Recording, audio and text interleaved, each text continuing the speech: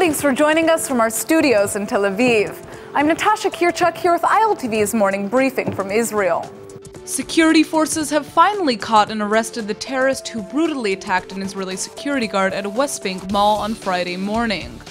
The 21-year-old suspect, Saadi Ali Abu Hamad, is a resident of the Palestinian village Azariah, and he has confessed to carrying out the attack. Abu Hamad entered the Ma'ale Adumim shopping mall with an axe while it was closed, and managed to strike 48-year-old security guard Zvika Cohen multiple times before escaping. Cohen remains in critical condition at the hospital.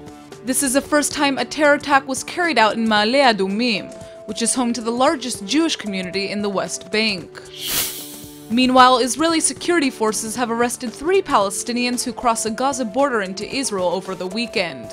The 3 men managed to make it into Israel under the cover of heavy fog, and the Eshkol region was on high alert following their entry. Security forces say the men were unarmed and were not planning to attack Israelis. Instead, the 3 detainees told investigators that they entered Israel to find work and escape the heavy economic hardship of Gaza. Either way, the former head of the Eshkol Regional Council is calling on the government to build a more substantial barrier on the border in order to prevent the illegal entry of terrorists.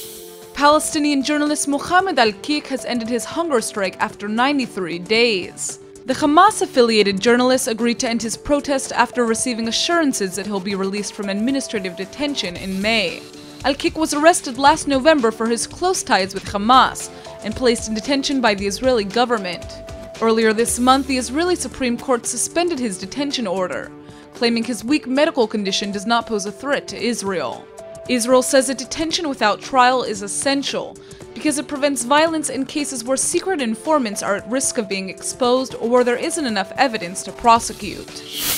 The World Windsurfing Championship has come to an end in Eilat, and it looks like Israel didn't manage to take home any medals.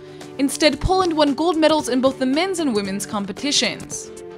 On a more positive note, Israeli Olympic bronze medalist Shachar Tsubari won the men's final race, but finished in 6th place. Even though he didn't place very high, the win will help Tsubari qualify to take part in the 2016 Olympics in Rio. In the women's competition, Noga Geller was a top Israeli finisher in 14th place, while 2-time world bronze medalist Mayan Davidovich disappointed by finishing in 19th. That's all for now. I'm Natasha Kirchuk, and see you later with our main daily broadcast from Israel at 2 p.m. Eastern Time.